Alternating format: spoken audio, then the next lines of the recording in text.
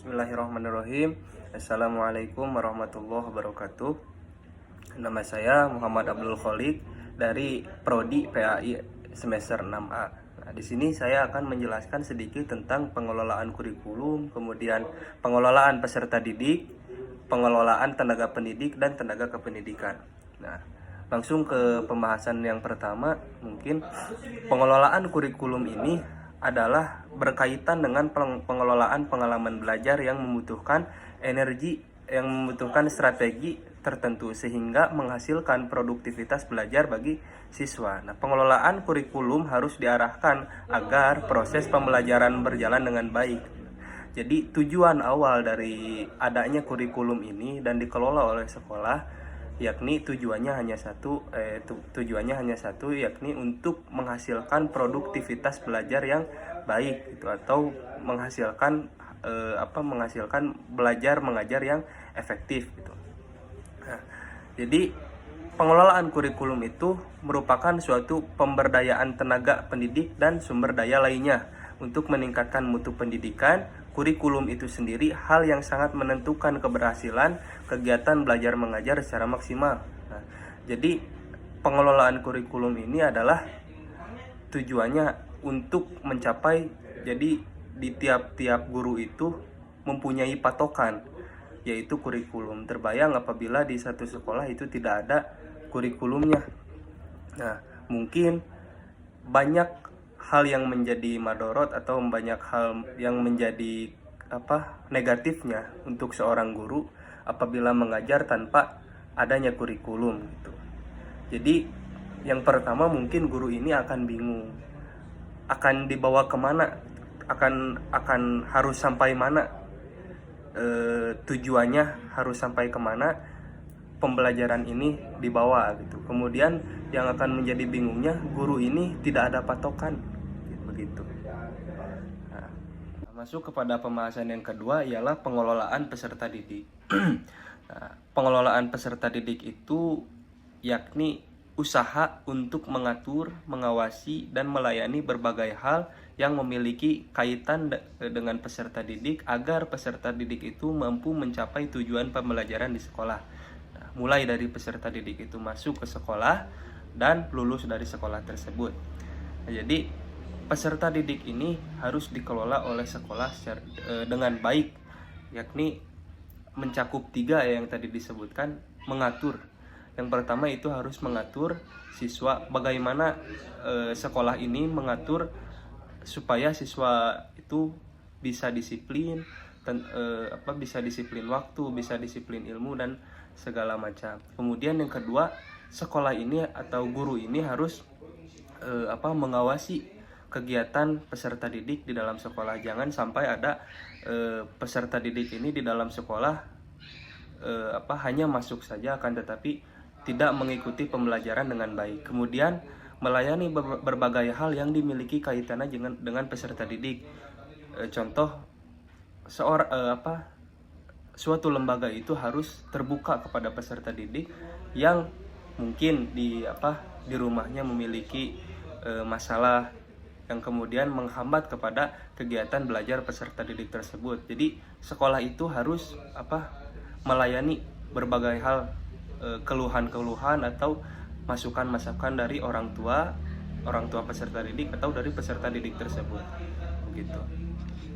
Kemudian ada fungsi dan tujuan pengelolaan peserta didik itu adalah secara umumnya sebagai wahana bagi peserta didik untuk mengembangkan diri secara optimal mungkin, baik yang berkenaan dengan segi-segi individualitasnya, sosialnya, aspirasinya, dan kebutuhannya, dan potensi lain peserta didik. Nah, jadi tujuan dan fungsi dari pengelolaan peserta didik itu ialah untuk mengembangkan seoptimal mungkin yang berkenaan dengan individualitasnya atau yang berkenaan dengan dirinya sendiri peserta didik tersebut. Itu Jadi apabila di dalam seorang peserta didik ini memiliki bakat tersendiri, misalkan dalam seorang peserta didik ini atau di dalam sekolah ini tidak mungkin semua murid itu sama, memiliki individualitas yang sama. Contoh menonjol dalam hal-hal yang lain, contoh seorang murid ini menonjol dalam bidang olahraganya atau dalam bidang seninya.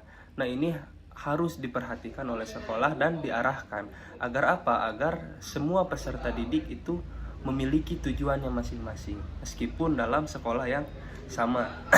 Kemudian sosialnya, kita atau sekolah itu harus memperhatikan sosial dari peserta didik tersebut.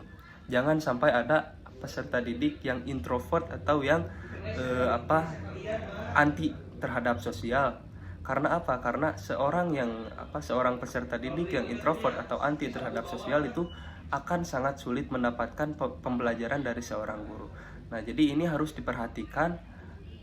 Orang biasanya peserta didik yang introvert seperti ini biasanya mendapat perlakuan yang tidak baik dari teman-temannya. Contoh pembulian yang sangat marak di sekolah kita, terutama di sekolah di Indonesia ini.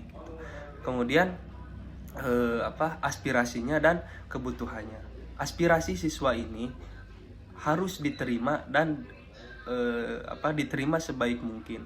Contoh misalkan seorang peserta didik itu komplain atas kekurangan sekolah. Jangan kita mengkesampingkan karena itu mah aspirasi dari peserta didik nggak penting. Harus suatu lembaga itu, suatu sekolah itu menerima aspirasi dari peserta didiknya dengan baik. Agar terpenuhi kebutuhan-kebutuhan yang diinginkan oleh peserta didik dan mencapai tujuan belajar mengajar yang efektif dan produktif. Begitu.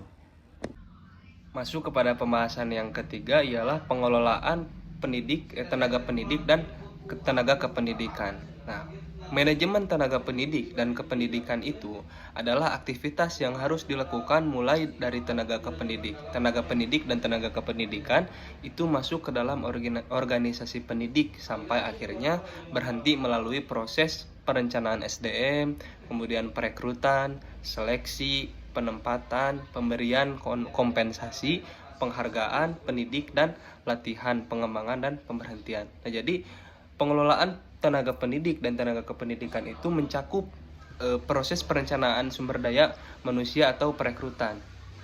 Nah, jadi satu lembaga itu harus benar-benar melakukan perekrutan seorang guru itu dengan baik.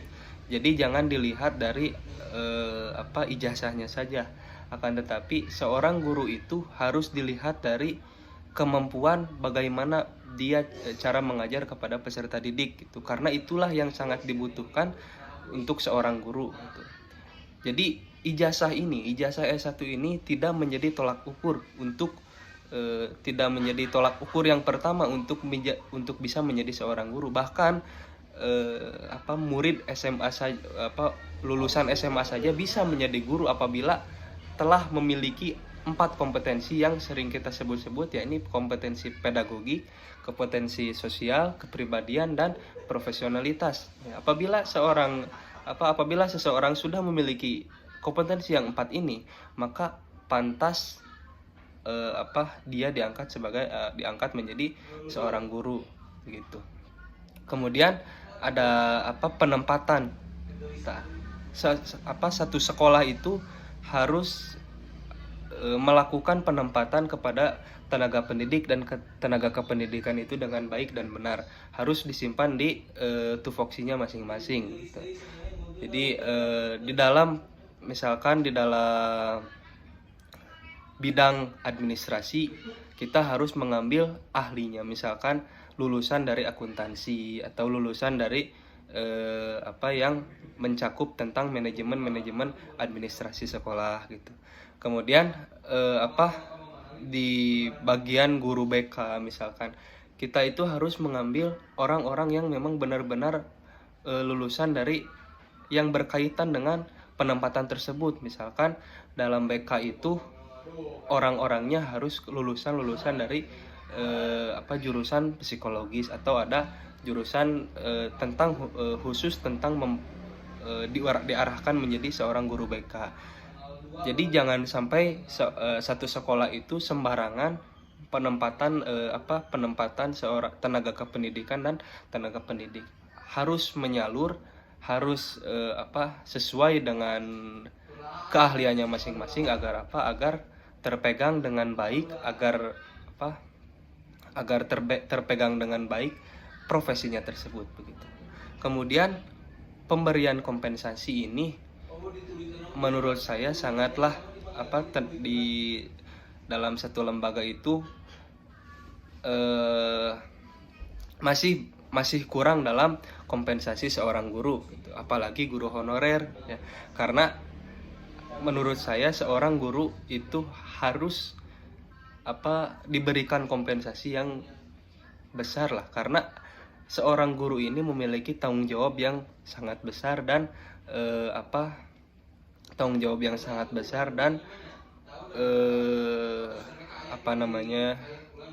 peran yang sangat penting dalam negara ini khususnya begitu. Kemudian penghargaan ini atau reward harus sekali bahkan wajib diberikan kepada seorang guru, dan agar seorang guru ini memiliki kesemangatan yang tinggi apabila satu sekolah itu memberikan reward kepada guru yang misalkan aktif atau guru yang misalkan dalam penyampaian materinya itu sangat baik dan dimengerti oleh banyak peserta didik. Itu jangan sampai disia-siakan, bahkan satu sekolah itu harus memberikan reward kepada guru tersebut agar satu sekolah itu tidak kehilangan seseorang guru yang emang memiliki kemampuan yang sangat berbeda. Mungkin cukup sekian penjelasan dari saya. Mohon maaf apabila penjelasan dari saya banyak tidak dimengertinya. Mohon maaf karena saya masih dalam proses pembelajaran. Terima kasih. Wassalamualaikum warahmatullahi wabarakatuh.